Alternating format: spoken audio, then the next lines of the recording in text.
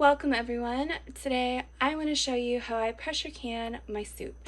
So I plan on doing a whole canning day, but didn't work. It's so much work. I forgot how much work it is to prep.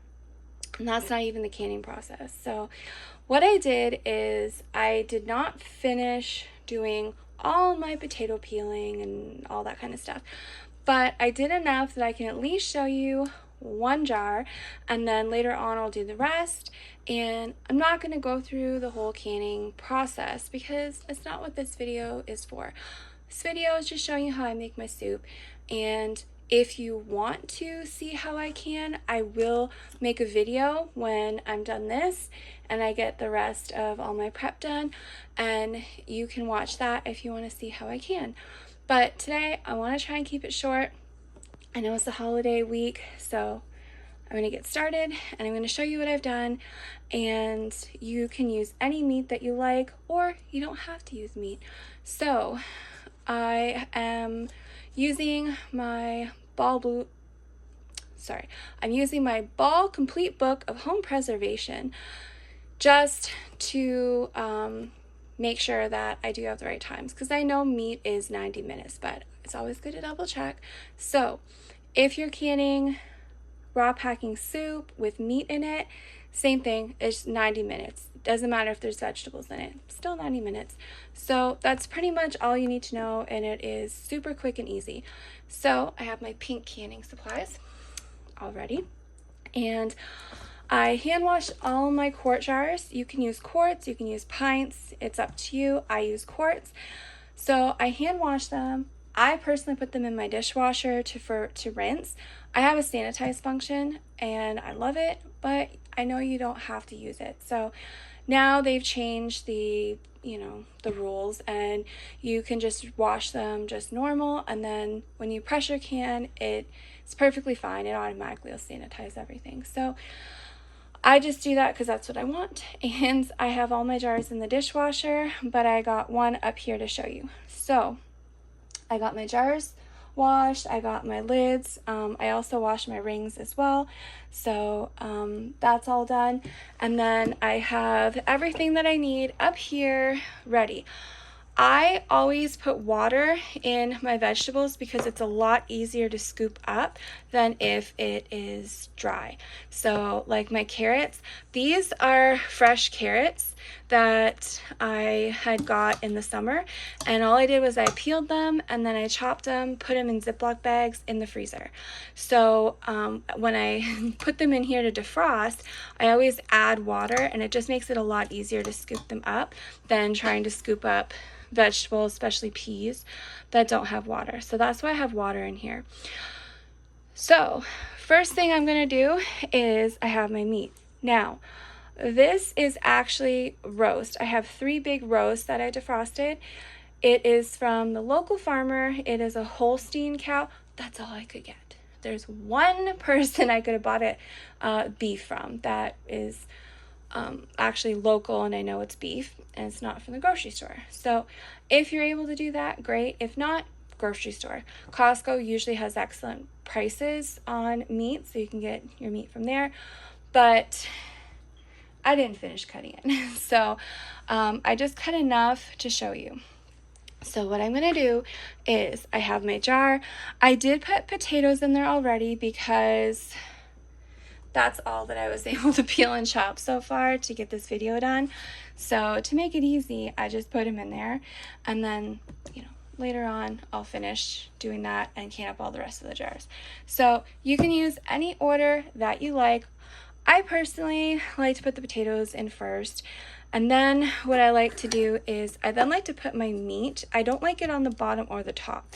So I'm going to take my beef here. Actually, it looks really good. And I'm going to put that in here. You can put as much as you want. I don't like a whole lot, and I actually don't even eat it. I just like it for flavor, and well, I used to pick it out and give it to my dog, but she's no longer here, so now I give it to my cat. So I cut the chunks small. You don't have to, but I like to have small chunks that are not going to take up the whole spoon. These are going to get really small though in the cooking process, but you can use 1-inch chunks if you want. I personally just like to do smaller chunks. So I got my meat in there. Now I also like to cut my carrots and my potatoes really small. Like I said, I don't want 1 carrot to take up the whole spoon, but you can do whatever you like. I'm just showing you what I do. So once I have this in here, what I like to actually do is I like to add a little bit of water, and that's just because it just helps fill in the air pockets before I start piling in more stuff. And then I take my debubbler and right here, and I just start going like this. It just makes it a lot easier instead of just waiting to the end. So I actually do it throughout, so I can just make sure I'm getting that water in there. Okay, so that's just how I do it. You don't have to. Now I always like to add my salt on top of the meat.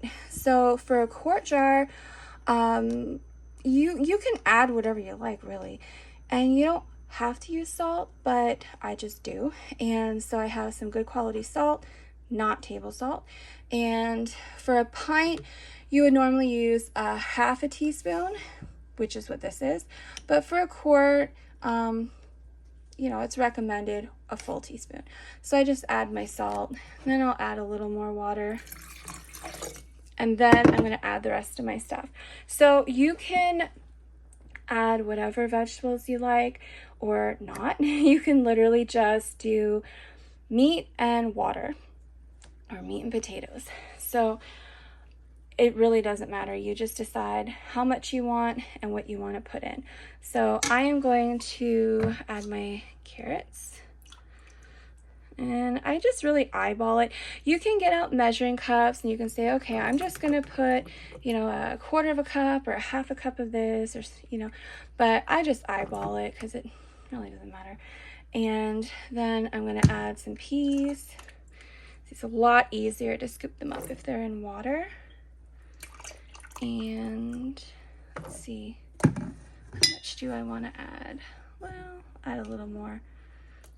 I like more carrots than peas, so I would add some more carrots. And then I personally don't like adding a lot of celery, but I like the flavor, so I'm just gonna add a little celery, not a whole lot.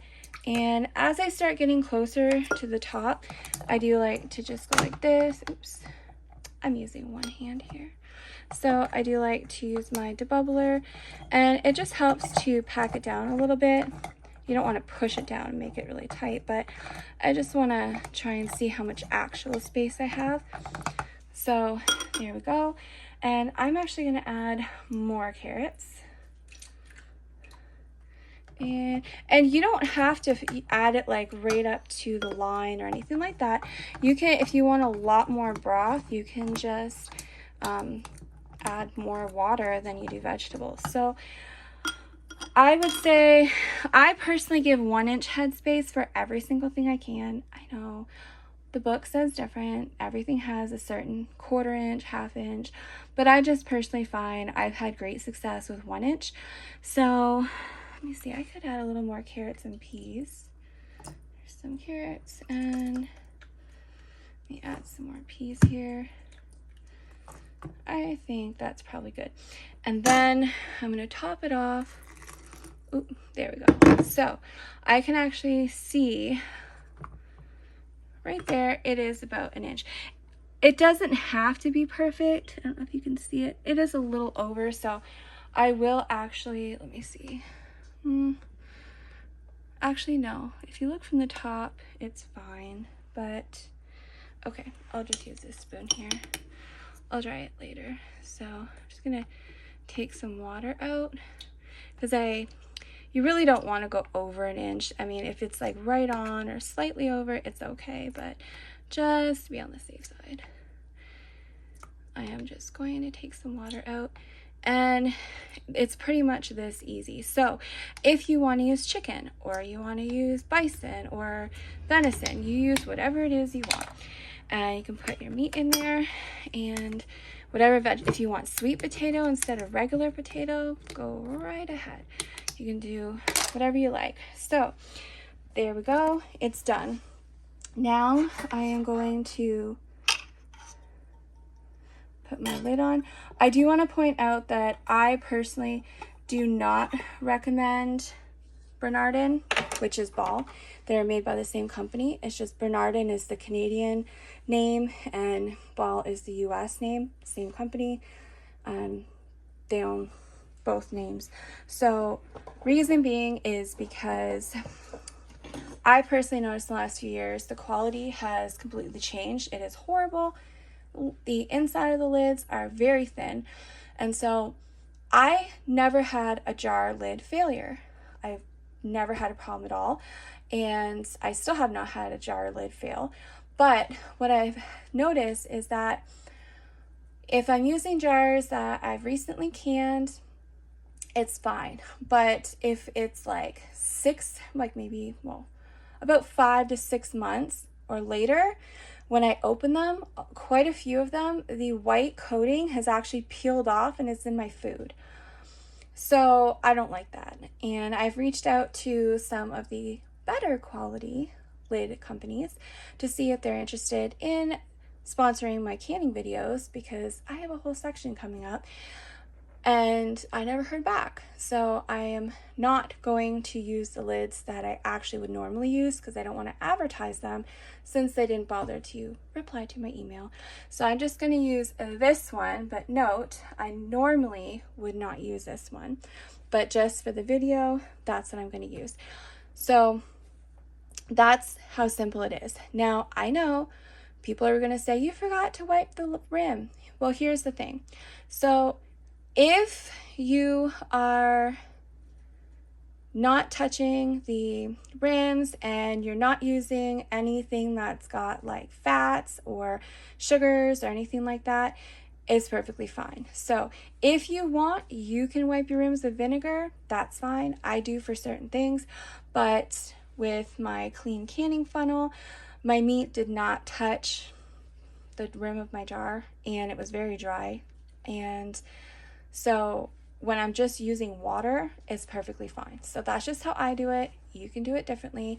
So normally, if I've noticed that my lids or my rim has gotten wet, or like I said, if it's some kind of like a liquid that isn't water, then I'm going to go and I'm going to use the vinegar. But it's not necessary if I'm just pouring water in the jar. So personally, I haven't had a problem, and that's just how I do it. So I did skip that step because it was clean and dry, so it's perfectly fine. But I'm just showing you how I do it. I'm not saying this is how you're supposed to do it.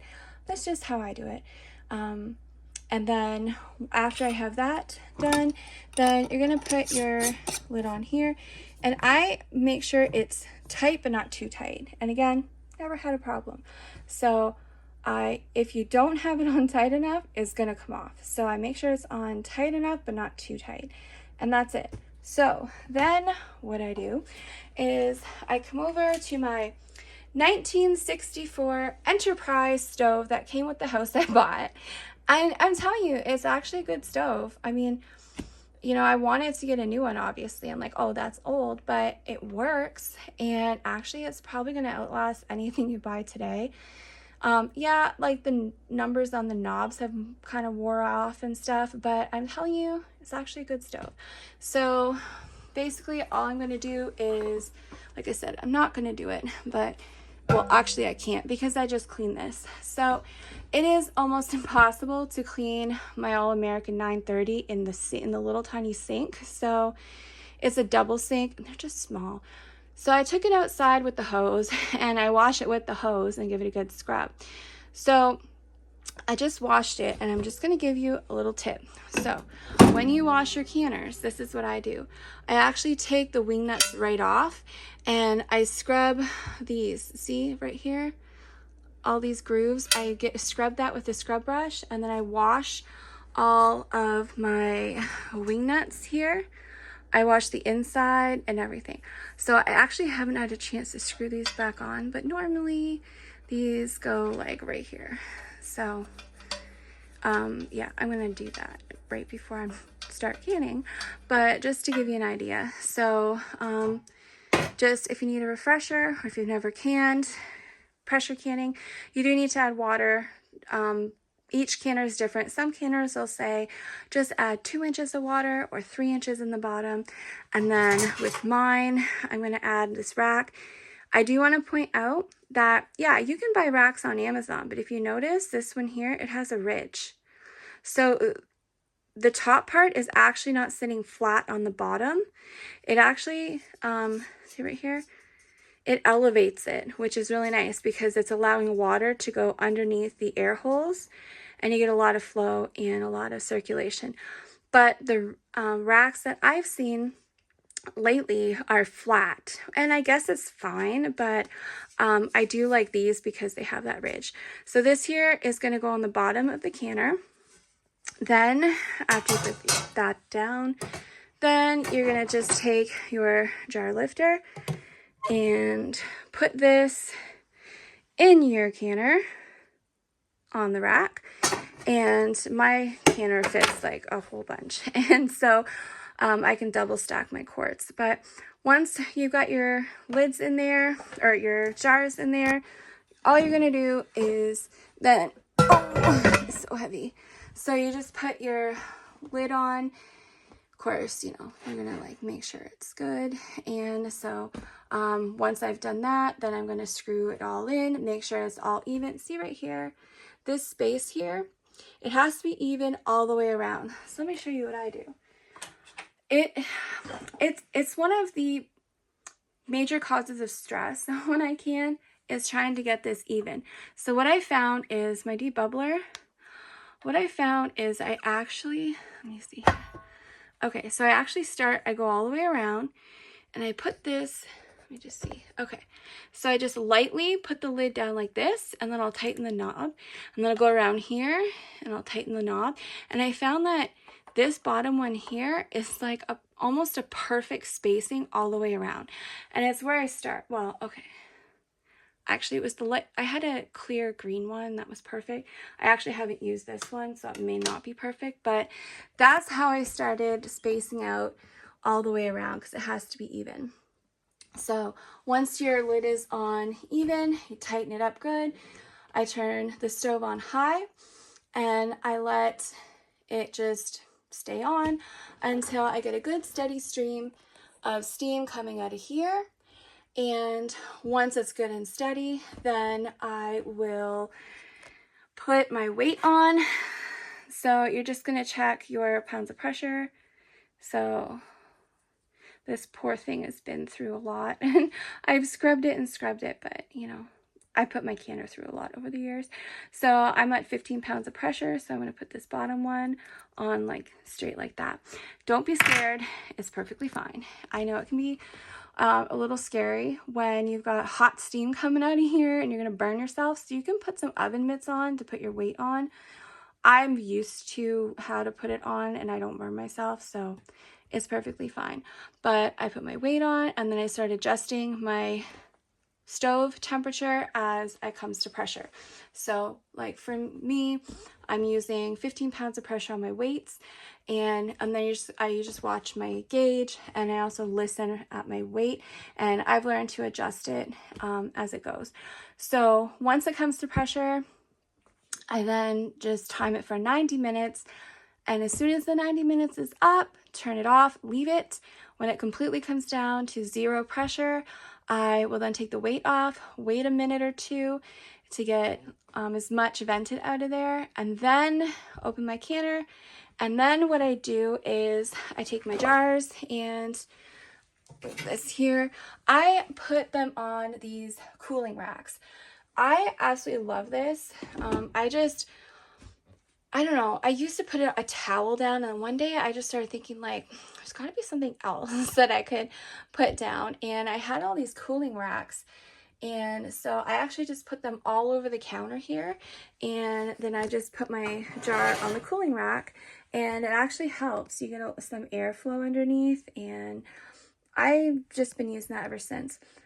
Sometimes I'll actually put a towel down and then the racks, so any moisture is gonna hit, it's just gonna absorb it on the towel.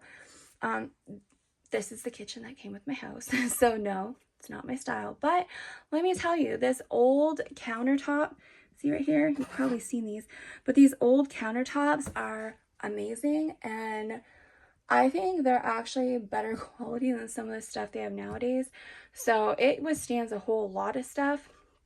I haven't had a problem. So I leave my jars here, I leave it overnight, and then next day what I'll do is I take my rings off, and then I actually just wash them. I put the jars in the sink with some warm water, and I lightly just wash my jars to make sure that it's nice and clean, and then I just put them on the shelf, and it's that simple.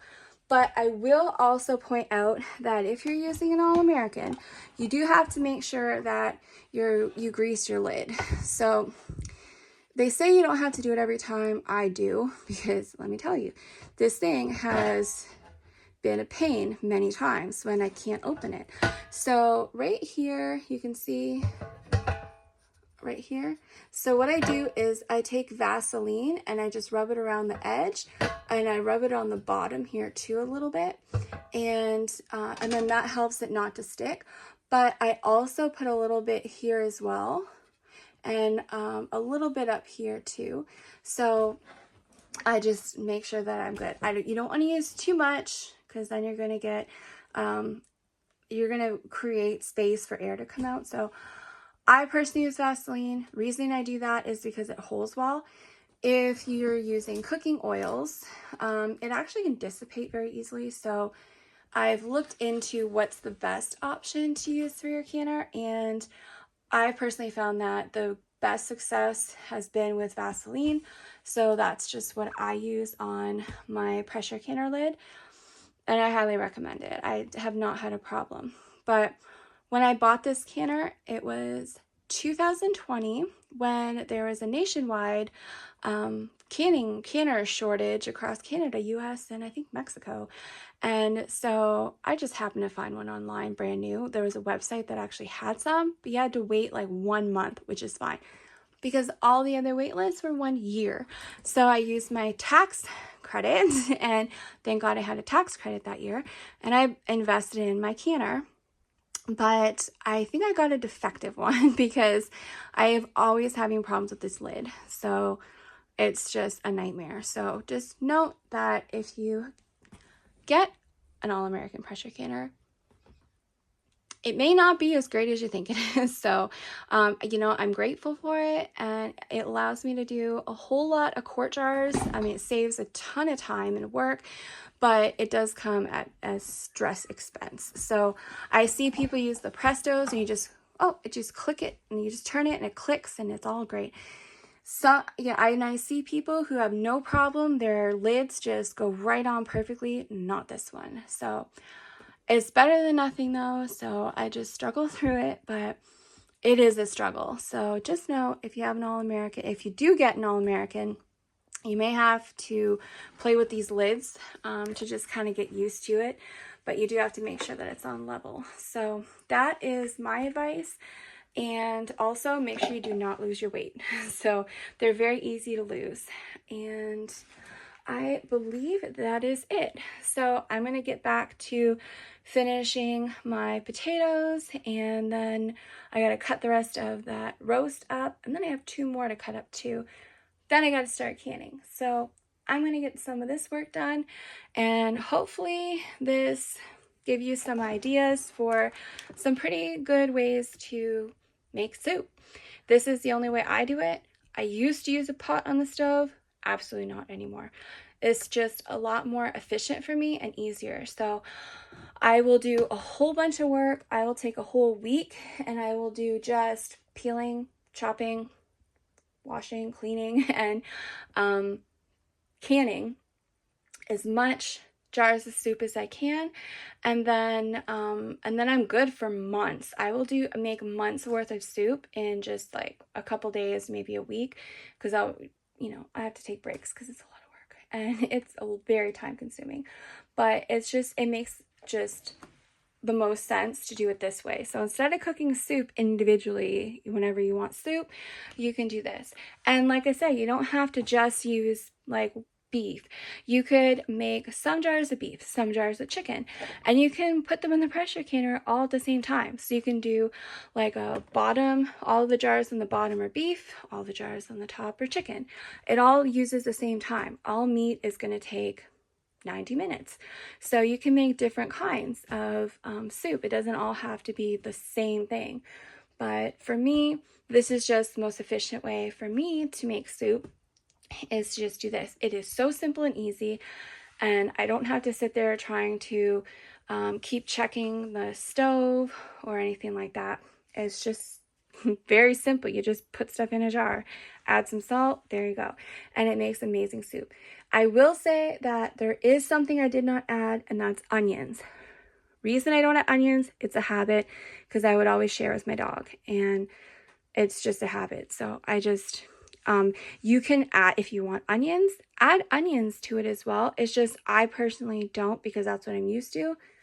Now that she's gone, I do give the meat to my cats, and I don't want to have onion broth in the meat, as you make sure they don't have like onion stuff, so they can't digest it properly. But if you want onions, you can.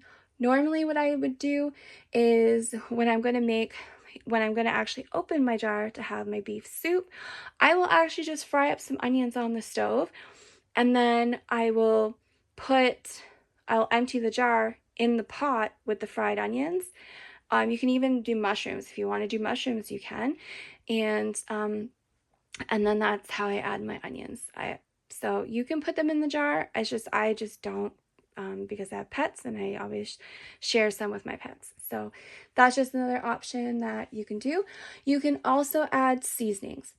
I personally don't, because certain herbs and seasonings, when you're putting them in the pressure canner, it can actually change the flavor and the taste that is different than if you were to cook it on a stove or a crock pot. So I like to add seasonings after I open it. So I do add the salt. For me, that's important. I add the salt.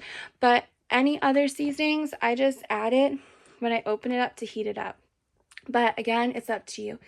If you want to add seasonings or herbs, you can do it.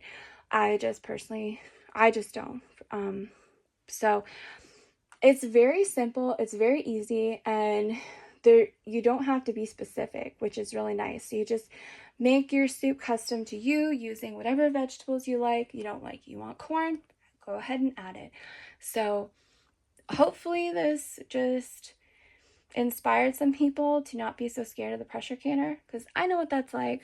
My first time pressure canning, I pressure canned water just to be on the safe side.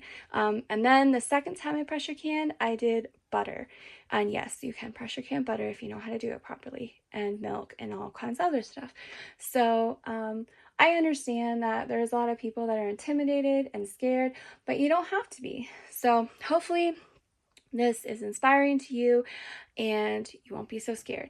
And you don't have to have a big giant beast like this. If you just have a small pressure canner, you can do a whole lot with it too. So I hope everyone can fill their shelves with as much food as possible, especially before the winter. And this is a great way to do it, because again, yeah, it's a lot of work, but once you get all your stuff peeled and chopped and put in the bowls, this is usually filled with chopped potatoes. I gotta work on that right now.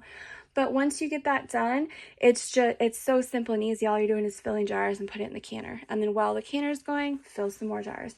So that is all I have for right now. I gotta finish getting this done, and I will see you on the next video. So I want to say thank you to Gail's Southern Living and Milk and Honey Heritage Farms for hosting this collaboration for Cozy Fall Soup. And make sure that you like and comment, because there is a giveaway on December the 2nd, and you can have a chance to win if you comment.